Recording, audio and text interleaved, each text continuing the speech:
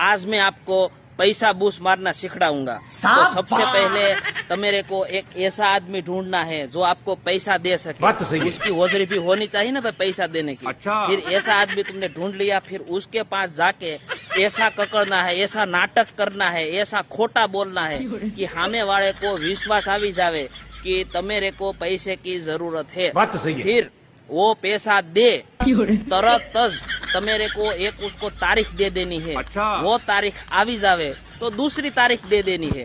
वो तारीख आवी जावे तो तीसरी तारीख दे देनी है। बात तो सही है। फिर तारीख पे तारीख, तारीख पे तारीख, तारीख पे तारीख दे देनी है।